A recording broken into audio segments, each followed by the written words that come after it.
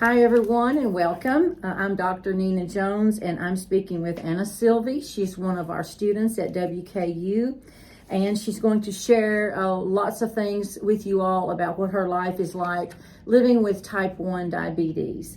And through this interview, you should be able to gain a lot of insight into both clinical and personal aspects of managing this chronic condition. So thank you, Anna, for being here. I'm going to ask Anna questions. She's going to answer, and she's got a lot of information. I hope you all will pay special attention to this interview. All right, question number one, Anna. Let's start from the beginning. Can you describe what type 1 diabetes is and how it affects your body? Yes, so type 1 diabetes is an autoimmune disease where my body's immune system attacked my ability to create insulin. So my pancreas is completely unable to make insulin on its own, and this just means that I must give myself insulin, and I wear an insulin pump.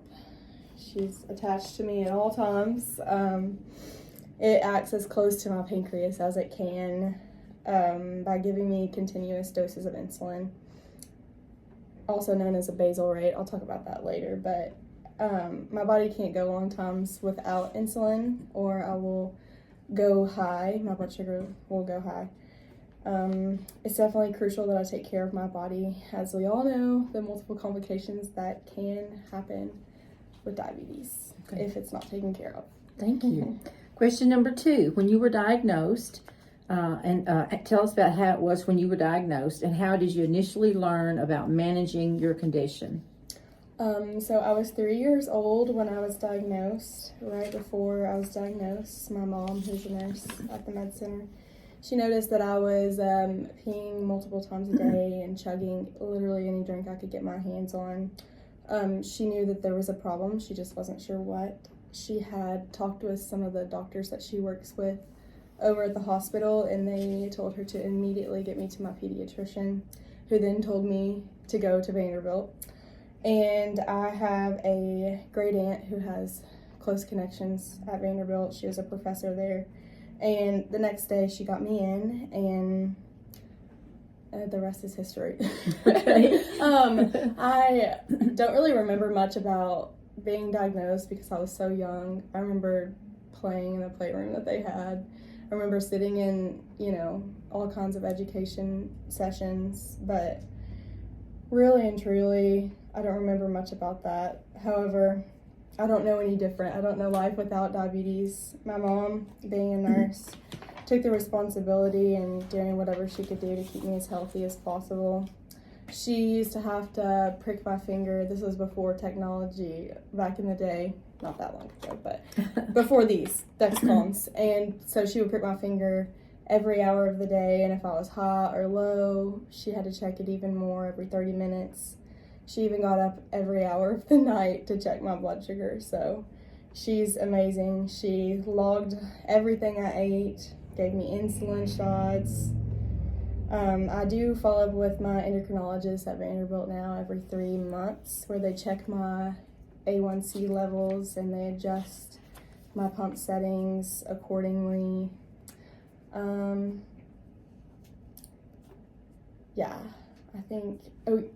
guess I could talk about the honeymoon phase. So when you first get diagnosed with type 1 diabetes, you are typically, if you catch it early enough, in something that's called the honeymoon phase. And the honeymoon phase, they're not really sure how long that it lasts, but it's where your body is kind of in the process of becoming completely unable to create insulin. So when I was first diagnosed, I took shots because, I was on an insulin pump because the insulin pump was able to give very, very small doses of insulin, and because I was so little and my pancreas was still creating some insulin, that's what I needed. So I've really been on a pump the entire time that I've had diabetes, and yeah.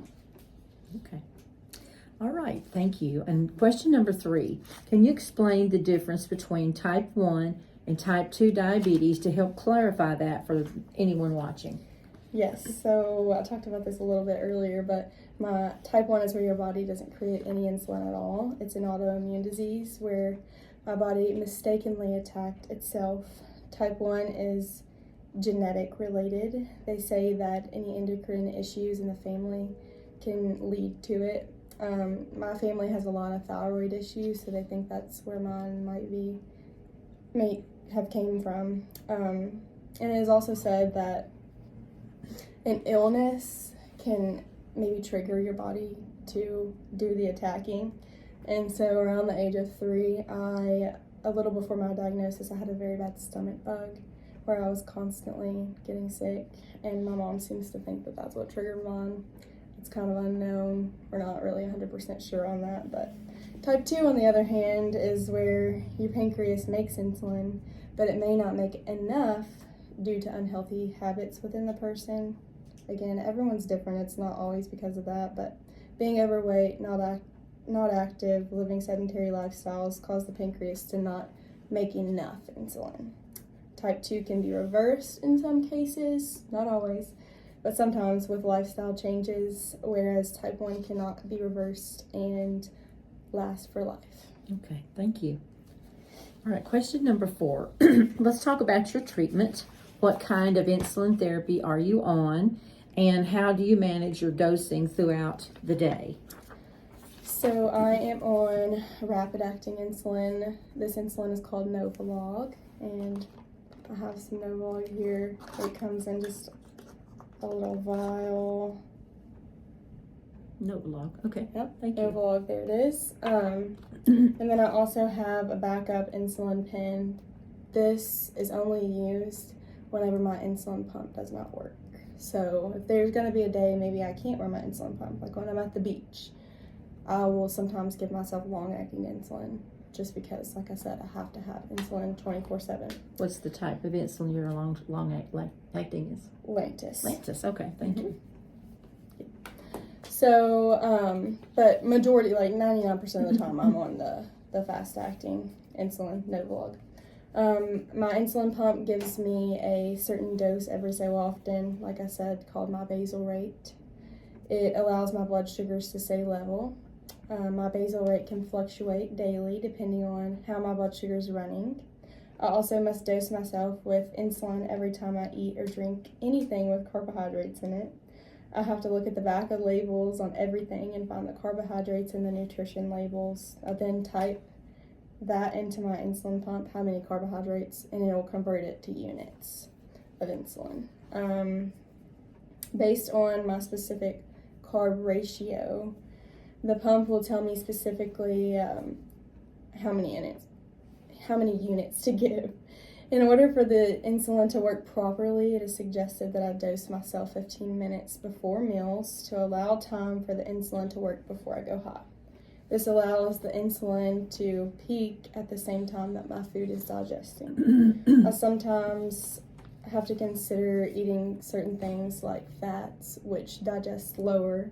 So sometimes I dose myself before I eat and then after I eat as well, just based off of how my body digests the food. Eating things over the many years I've been doing this, counting carbohydrates has gotten easier because, you don't always have a nutrition label handy, so I've kind of gotten good at guesstimating, I like to say, how many carbohydrates are in things. One other thing that I have on my insulin pump as a new feature is called the Control IQ, and my Dexcom, which is monitoring my glucose levels, communicates with my pump, and if my blood sugar is high, it'll give me a slight dose to kind of try and bring that down. It'll also suspend or turn off whenever my blood sugar's low, my insulin pump. So that's definitely a nice thing. So the pump and the Dexcom together, that's just what keeps you going. Yep, it is. Right, now, technology is a lifesaver. I didn't put this question up. It's like not everything you said has a label. Like if you wanted a slice of pizza, say from a slice of pizza, you kind of know just from your life about how much. Yeah, I typically, now pizza has always been one of those that makes my blood sugar go really high. Really high. Because it's fat and carb. It's fat and high carb. Okay. So I definitely have to bolus before, but I typically give like I'd say 25 per slice, depending on how big the slice is. Okay, so you would just plug it. You don't put in pizza. You have to just try to guess. So I hit bolus. Oh, don't do it. No, I won't. Okay. So then I hit grams. Oh, and then that is so cool. Dial in how many grams. So say I wanted to do 25 grams. It converts it to units up here. So and then for it me, gives you a bolus 25 grams is 3 units. And then you'll do that, then eat the pizza, Yep. then bolus then again. Reassess. Yep, Okay. and I reassess after just because if I might be high, Okay. So. Okay. Well, thank you. That just hit me all of a sudden. I wanted to ask that. So when you were a little girl with this thing, you weren't able to do all this. Mama had to do all that, right? She did. It was She just did a everything. 24/7 job for Mama. She was a superstar. Yeah, She still is. absolutely. Absolutely. Yay, Mom. Okay. Yeah. Okay, the next question, number 5. Do you use any technology, which you just told us about the insulin pump and continuous glucose monitor? How do these tools help you? Of course, you've talked a lot about it. If there's anything else, please add that. Yeah, I'll just talk a little bit about my Dexcom. I'm sure a lot of people are familiar with the Dexcom, but it gives me a continuous reading of what my blood sugar is. This is what it looks like before I put it in, and I'll show you. This is kind of a reading, and it'll give us like a 24-hour reading, and it even this is my expected A1C. 6.7. Yeah, okay. and like a 14-day average. So it's really nice. Like I said before this, I had to prick my finger every hour of the day. Oh, yeah. Like, technology is a lifesaver. I don't know where I would be without it. I'm going to ask this question, and this is off the cuff. So, like, if you get sick with a flu or cold or stomach virus now, what do you do with your pump? So typically when I'm sick, it's been a while since I've been super sick, but my blood sugar goes high typically. Sure. And I have to then watch for ketones.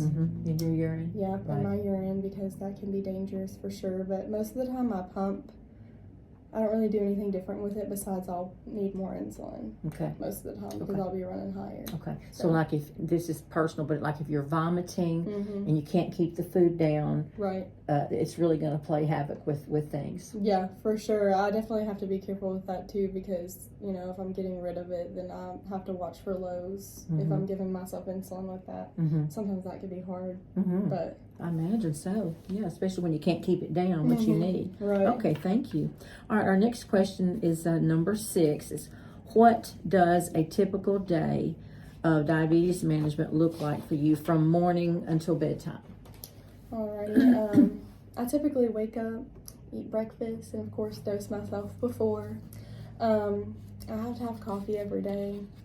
I really like coffee, but it is interesting because caffeine makes my blood sugar go high. And so it's kind of hard to figure out what to dose myself for that because I don't really know how much. There's not technically any carbs in coffee unless I put creamer in it, of course. But so that's kind of difficult, but I kind of just, like I said, guesstimate. And then sometimes if I am high, I forgot to talk about this, but I can give myself a correction. So if my blood sugar is high, I can go into my pump and hit bolus, and it has my blood sugar value right here. So right now you're 122. So I'm good. You're good. So I don't need anything right now. Right. But if I were high, then I would go in and do a correction. Okay. And it would give me a certain amount to bring me down. Now, since you're type 1 diabetic, what do you consider, what is high? What does your doctor say is high for you? They like me to be anywhere between 70 and 120. That's the goal. Okay. And then anything above, typically, I'll give a correction for. If I'm like anywhere from 120 to 160, sometimes I won't because that's pretty okay for me. Okay. Now, I don't typically get anything above 300. And if I am, I'm probably feeling pretty yucky because when my blood sugar gets high, it really makes me feel like sick, like I have like a virus or something. Absolutely. I don't know. Absolutely. But yeah, that's really okay. Now I want you to tell them about the alarms. How this thing wakes you up. It's such a smart pump. Yeah. So it will wake me up in the middle of the night whenever I have low blood sugars. I can actually probably play a noise for you guys. It's quite alarming sometimes, and you can't really turn it off. Like, even if I'm sitting in class, you might hear my pump go off, like if I'm low, because you can't silence those. Those are pretty urgent, so they're loud and they do wake you up. And over the years, I have gotten kind of to be a light sleeper because, you know, it's scary. Well, it saves your life, though. Yeah. So it needs to be loud. Yeah, for sure. And my phone will go off too, and occasionally So they're connected. Yes. Okay. Yeah. Very good. Occasionally I'll get a call from my mom or my grandma, because they can follow my Dexcom as well. So they can see my blood sugar all the time. Okay. My friends can see it. All people can see my Dexcom. And Okay. so they always help me, but yeah, and I also get alarms for when I'm high. So those also wake me up in the middle of the night. Okay. But, Okay. yeah. And it doesn't stop alarming until you adjust what the problem is. Right. So if you're low, Right. you got to Gotta eat, drink something, Yeah. and it'll stop Yep. once you get it adjusted. Okay. I'll show you an alert.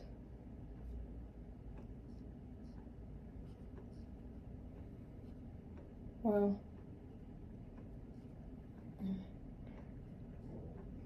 If you can, it's okay. Here we are.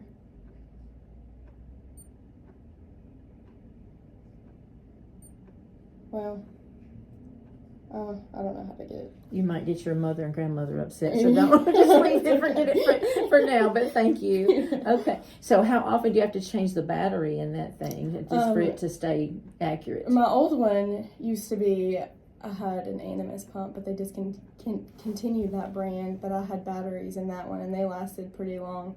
But this one is chargeable. Oh, okay. Which is kind of hard for you to remember, because you think, I mean, I have to think of it as charging my phone every night. Like, So you charge it daily, just like your phone? I do. Okay, and wow. there's been several times that I let it die, and then there's nothing You weren't I getting can any do. insulin. Yeah, and then I run Oh, into boy. highs, and Okay. so it's definitely been a responsibility thing. As I've Right. gotten older. Okay. I'm just so proud that you've got one and that Yeah. that's available. Okay, number 7, it said, how do you recognize and treat low blood sugar episodes, and how often do they happen to you? Depending on what I'm doing, kind of depends on how many lows I have. When I exercise a lot, I typically go lower, and that's just because, you know, it could be based off my basal rates, and if I don't have a good protein or something before I go work out, then I run into lows. But other than that, I typically don't go super low. Good. But when I do, my Dexcom, like I showed you guys, it has these arrows on it, so this means I'm steady right now. Okay. So if I am going low, this will kind of point down. The arrow will point down. Yeah, Okay. and so that kind of gives me a clue of, oh, I'm about to go low. I Okay. can kind of go ahead and start treating my symptoms then, or Okay. wait. But typically I'll feel really sweaty, shaky, fatigued, sometimes nauseous, sometimes dizzy, Okay. hungry. Okay. And I usually treat with gummies or a juice, Skittles, or something that's super sugary. Okay. Coke and Sprite is really the fastest thing that I've noticed brings me up. Regular Coke, not Yes, the diet. Just yes, okay. Regular regular Coke. Okay. But those things are full of sugar, so again, it's going to be important that I have some kind of protein To in follow with order it. to keep it stable. Right. Because I want my blood sugar to stay up, not go up, drop back down. Right. So I typically eat peanut butter after I treat with those things. Typically, the golden rule is to treat with 15 carbohydrates and then reevaluate in 15 minutes to see if I came up, but that's so unrealistic. And hypoglycemia, do you get confused or forgetful or? I don't think as clearly when my blood sugar's low, really, or high either, but it's more severe when I'm low. I've never, forgotten, really. I just don't think as clearly. You've never gotten so low that you couldn't Right. react. Right. Yes. Excellent. I'm so glad. Yes. Yeah. And do you have a glucagon pen? I don't know if you do or I not. do. Okay. I have one in my backpack somewhere. Okay. That is what I forgot. That's okay. That's okay. I'll look and see. I had one in here at one I time. have the nasal one, so Okay. I scored it up. Okay. Like if I were to go too low. I'm supposed to have one of those on me at all times. At all times, a glucagon. Yeah. Glucagon is to treat low blood sugar, glucagon, and we'll talk about that when we do our lecture. Okay, well, I have one in here somewhere. but It's I don't okay. know where It's at. okay.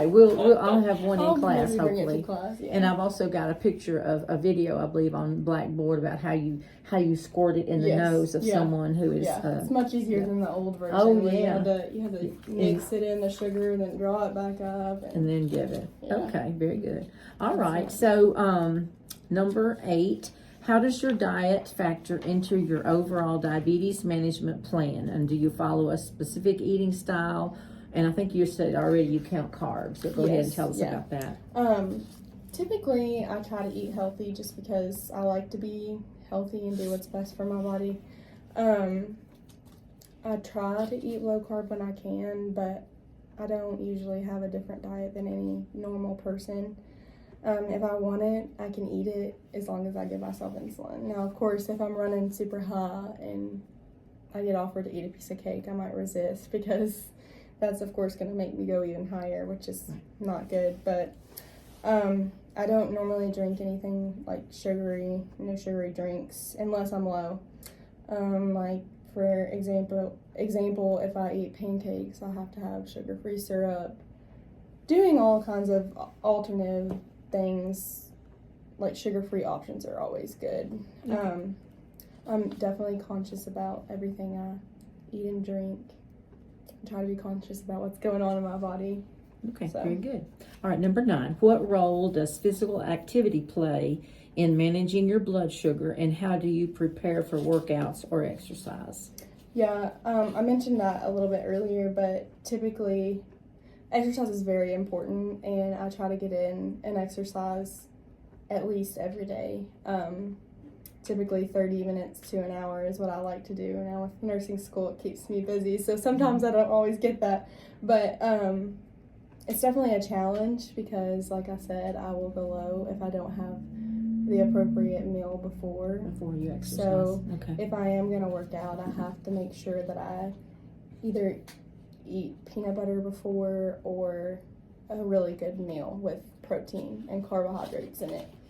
It's definitely a problem that I'm still perfecting and struggling with, but that's to be expected. And definitely, if I eat well before, I can prevent the low. So that's the goal. All right, number 10. What kind of support have you found most helpful, whether from healthcare providers, friends, or family? Yeah, I've been blessed with an amazing team at Vanderbilt. I have an app on my phone through Vanderbilt that allows me to just contact them immediately. For example, the other day, I was having some troubles with going low a lot. And, after a while of going low for, like if I go have 4 lows during the night, I'll wake up and I just don't feel good. Like my body feels tired. And so I'll send them a message and, they'll tell me to adjust my basal rates and do things like that. They are very quick to respond to, so that's really nice. Definitely my family and my friends, they're always supportive, and I definitely rely on them a lot. Like I said, my mom couldn't have done it without her. Right. She has taken care of me my whole life. The knowledge and power that she's given me since the age of 3 have pushed me to take the best care that I can of my body. Okay. Some days are difficult, but some days are a walk in the park. I've always been taught that knowledge is power, so learning is very important to me. It's a hard thing to battle. It's a constant challenge, and I know that if I give up, then I could face some serious complications. I could die. I could damage every organ in my body very easily. Absolutely. So, yeah, it can be difficult acting as a pancreas, Right. but... Right. Well, now this is off the cuff because now I know that when you were diagnosed, you were 3, so you had this set of doctors at Vanderbilt. Now, what age do you reach that you have to see like an adult physician? Or, I mean, I know you have to at some time change over from the juvenile to the Right. adult care I'm really specialist. at that age now where I need to switch, but they said that they would keep me until I graduate college. Okay. So thank goodness, because I don't want to leave. I'm like, these are the people that I've known for so long, and they know me. And do you know if they offer the same, high-tech services for adults? Yeah, surely they do. They would refer me to a doctor over at Vanderbilt and at the adult clinic. I think it's a little bit different. They only see me every 6 months, but I think that they still offer everything that my clinic I hope does they now, do, because that's been so helpful. We'll see. Yeah. For you to maintain your health. Yeah, okay. For sure. Number 11, as a nursing student, how was your experience living with type 1 diabetes? How's that influenced how you view patient care? Diabetes is a well-known disease, typically type 2, but being a type 1 diabetic is similar, and it's helped me be able to understand how patients feel frustrated with being a diabetic, being able to relate to them and the daily routine they need to do to take care of themselves.